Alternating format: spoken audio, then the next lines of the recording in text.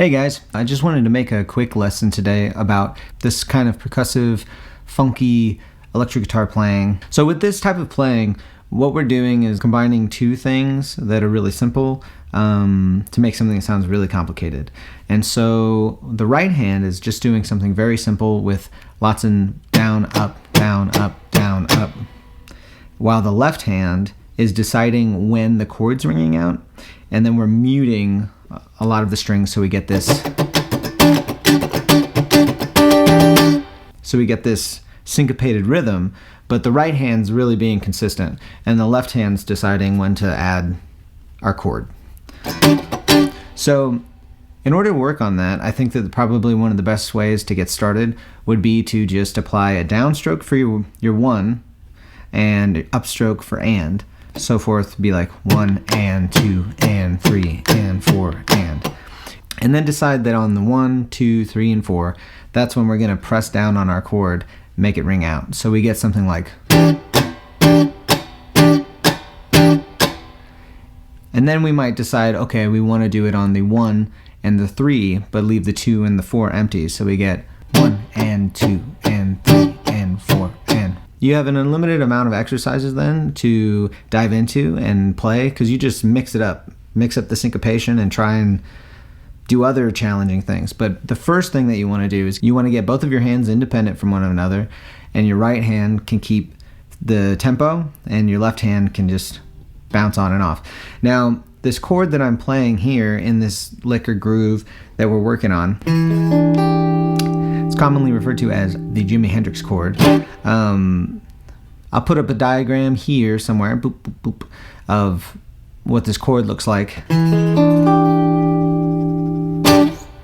Now, this is a great chord for this type of playing because of that we can easily mute the rest of the strings.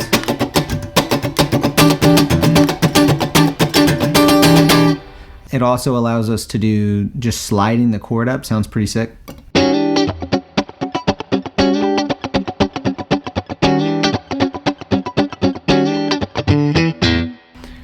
And we've heard that a million times in funk music or in blues music. It's like played all of the time. And I would say just explore around with that and try to copy different drum beats and things. So when I'm playing something like this, I'm actually hearing like a drum beat in my head, even if there is no drum beat. So it's something like,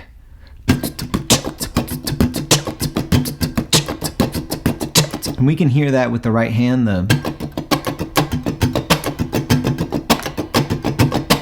and we could copy any groove, and we can copy any drum beat. It's important to remember that the guitar is a percussive instrument. It happens to make pitch noises, but in essence, we're banging on something. So we can pull a lot of inspiration from percussion grooves. Second part within this lick or groove is that we're playing in the E minor pentatonic scale, and it helps to know it across the entirety of your fretboard. A lot of times as guitar players, we get caught up in just learning it in one position, like the most common one being at the 12th fret. It's important to know all of the notes across the entirety of your fretboard.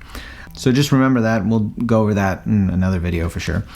For this lick or groove, we start by just sliding that chord up, playing our first finger on our A string on the 5th fret, going back up to the 7th, and then playing our open E. So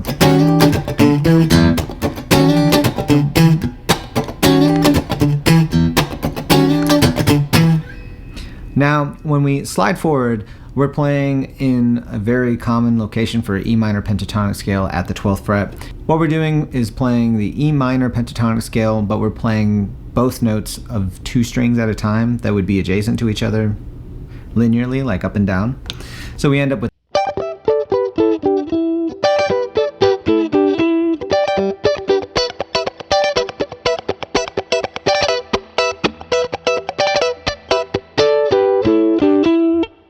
the E minor pentatonic scale, and then just, so then we just put it together.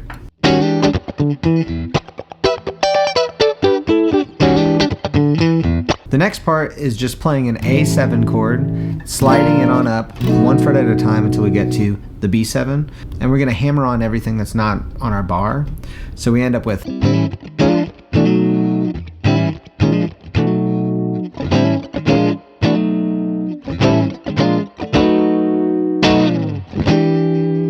it's just a fun movement to get to our turnaround chord, our 5 chord, the beat. Now the style of playing where we're raking across all of the strings, it's very Jimi, Hendrix, Stevie Ray Vaughan style, and a lot of times we can be playing the guitar and we feel very much so that we need to be very precise, right? We need to... But by the nature of the instrument, if we're muting the strings, we can...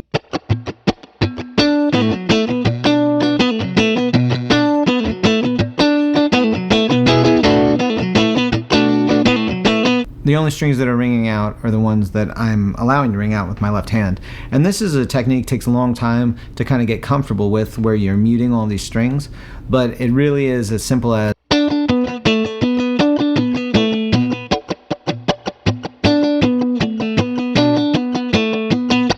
just pick a very simple melody, a very simple fingering, play it with this style until you can just mute comfortably those things, and then you can find in your solos you can really just rip, you know.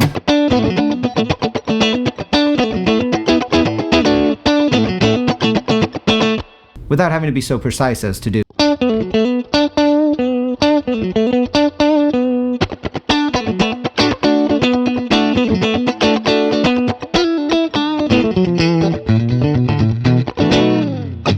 So that was a quick little lesson on this type of percussive playing. Hopefully you guys took something from this.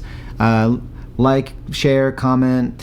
If you guys have anything that you would like to learn, please leave a comment below and I'll try my best to explain those concepts to you guys. Thanks for tuning in, and there's a lot of new content coming out here soon, so thanks a lot.